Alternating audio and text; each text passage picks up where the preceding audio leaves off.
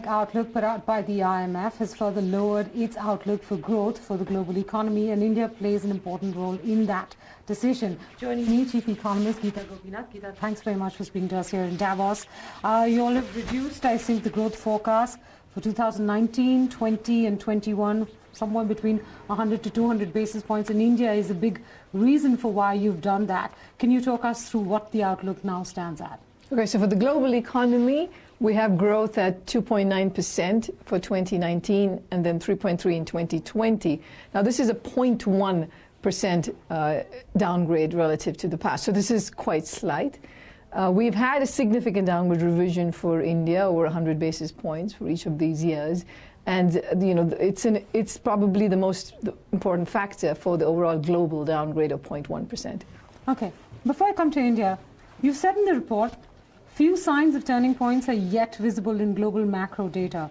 What are you watching closely to get a better sense of if there could likely be a growth pickup in the second half of this year or maybe even next year? So 2019 was a year when we described the world as being in a synchronized slowdown because pretty much all countries in the world were growing slower than they did in 2018. Now, towards the end of 2019 and now, we're seeing some high-frequency indicators, especially with manufacturing and global trade, that looks like there's some signs of stabilization. But we're not seeing a recovery yet in investment, and that would be something we would pay close attention to see what's happening with the strength of the global economy. You think the trade headwinds rather, seem to have stalled, if not passed, given that we're finally seeing some sort of phase one agreement between US and China, or is it too early to tell? So the US-China phase one deal has certainly reduced uncertainty with regard to trade policy, and that has helped. So we've upgraded China, for instance, by 0.2% for 2020 because of that. I mean, but that said, the risks are not off the table. Trade uncertainty remains. Now, the one sector that was part of the reason why trade was also weak was the auto sector that was shrinking quite severely in 2019. And we're seeing some, again, tentative signs of stabilization there. What it thinks the report doesn't necessarily specifically address is this issue of low wages across the world. And I was just curious to get your view on really what kind of contributor you think this is to slower growth, and many of the inflation, productivity parameters. How do they fit in? Because this does seem to be an endemic issue country by country. So we have seen wage growth in the last 2 or 3 years, and it's been quite sustained. But it's certainly not growing fast enough that real incomes are growing substantially. And this is an important issue for the world to grapple with. I think we have a rising inequality in the global economy. And when you have most of the income going in the hands of people who are not likely to spend much of it, that has a negative impact on global demand, and that keeps growth weaker. So this is a very important issue that has to be addressed. We've seen social unrest in many countries of the world. And again, that has factored into, has had a growth impact. Okay, a couple of questions on India.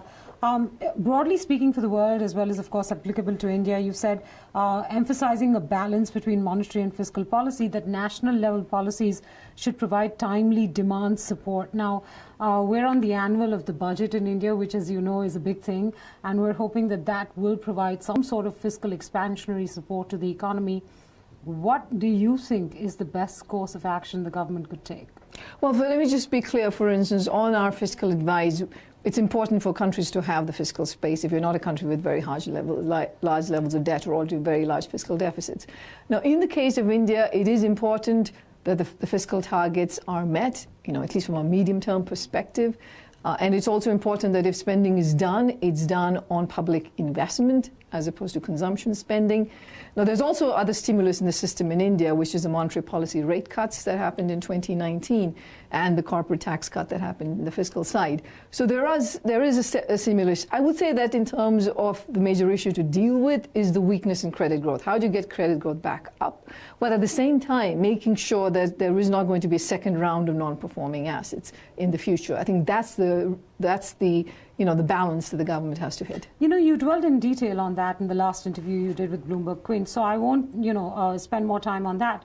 But when you speak of investment in infrastructure, let's say, as opposed to consumption, or you speak of longer-term measures, or you speak of the fiscal space, the point is we're at 5%, and we desperately need something to do something to get growth back up. Are you suggesting that if the government were to do something on the consumption side, that would not be viewed well by the world?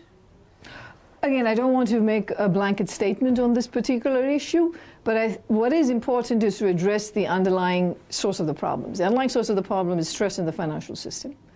And some of that has to do with non-performing assets that have been around for a while. So there has to be faster resolution, and I talked about how you might need greater infrastructure there in terms of being able to get timely resolution outcomes. So those kinds of issues have to be dealt with. On the fiscal side, it is also important to make sure that you have sufficient revenue mobilization, including from the goods and services tax. So those aspects have to be dealt with. It's not always the case that if you were to increase spending, you're going to make the deficit worse, because you can shift spending from one area to another, and that can have an impact on growth. So there are many ways to doing this, but I just want to flag that it's important for there to be a medium-term fiscal consolidation target for India.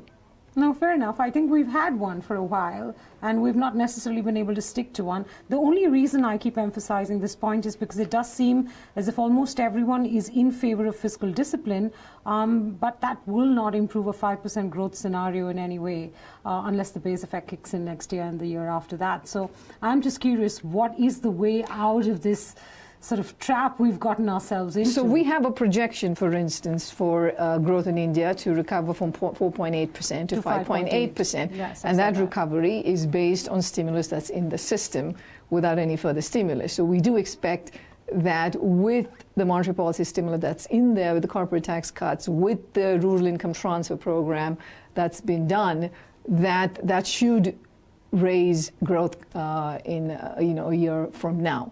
And it's important for the government to keep their eye on just that recovery and fiscal discipline versus spending a bit out of their pocket this time. No, the question is if it's a bit or a little bit or a tiny bit. Again, I use the word about this being important from a medium-term perspective. I think whatever deficit or whatever policy is undertaken, it's important for it to be comprehensive in the sense of signaling that you do have a medium-term goal and you plan to stay to it, and in a way that's credible, right? Not in a way that gives people reason to be anxious. All right, Gita, thanks very much. I know you've got a busy schedule here. Thank you for your time. Thank you. Thanks.